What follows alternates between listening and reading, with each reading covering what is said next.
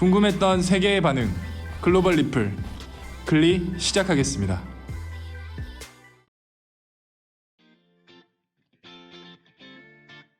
요즘에 밖에 돌아다니기가 무서운 상황입니다. 이번 사태에 질병에 걸린 사람들이 급속도로 퍼지고 있고 전국 어디에나 계속해서 속출하고 있는 상황이죠. 한편 이런 생각이 듭니다. 왜 우리나라만 이렇게 빠르게 증가하는가? 다른 나라를 보면 생각보다 급속도로 퍼지고 있는 느낌이 들지는 않는 게 사실이죠.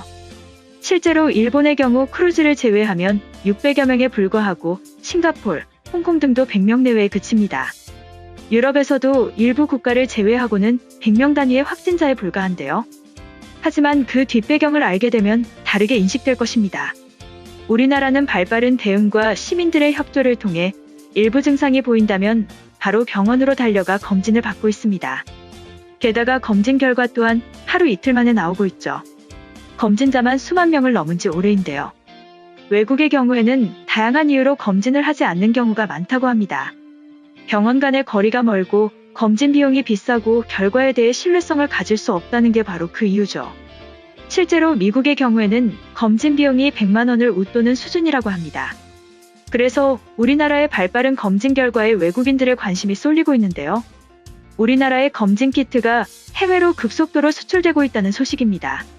세계보건기구의 가이드라인에 따른 유전자 증폭 기반 진단 키트인데요. 국내에서는 긴급 사용 승인을 신청해 수출 심사를 진행 중에 있는 경우도 있고 이미 수출량을 대폭 증가시킨 기업도 있습니다. 우리나라에 도움이 필요한 나라는 세계 각국에 퍼져 있다고 합니다. 유럽연합부터 시작해 미국, 동남아시아, 오세아니아, 중동 지역 등 수많은 곳에서 필요로 하고 있죠.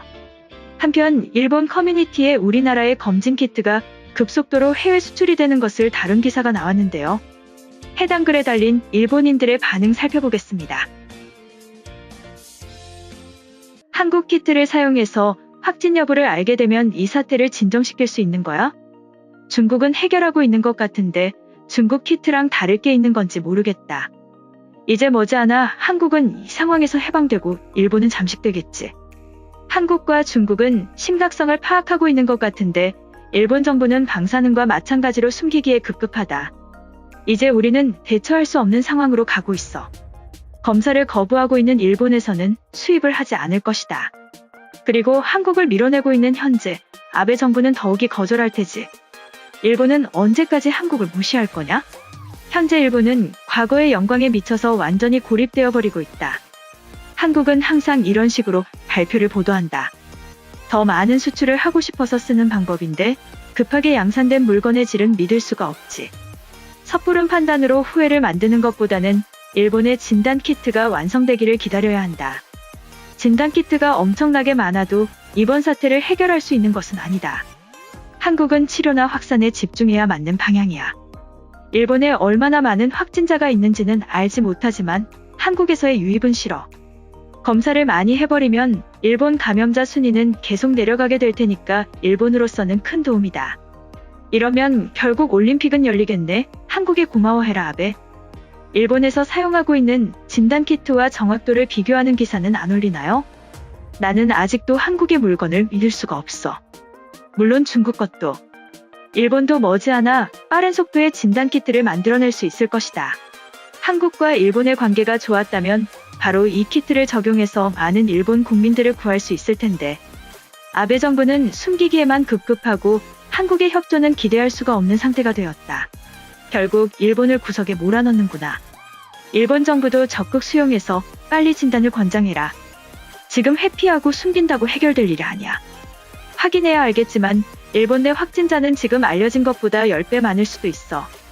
유럽이랑 미국에서도 확진자 및 사망자가 급증하는데 고작 올림픽 때문에 숨기다가는 역사상 최악의 지도자로 남게 될 것이다.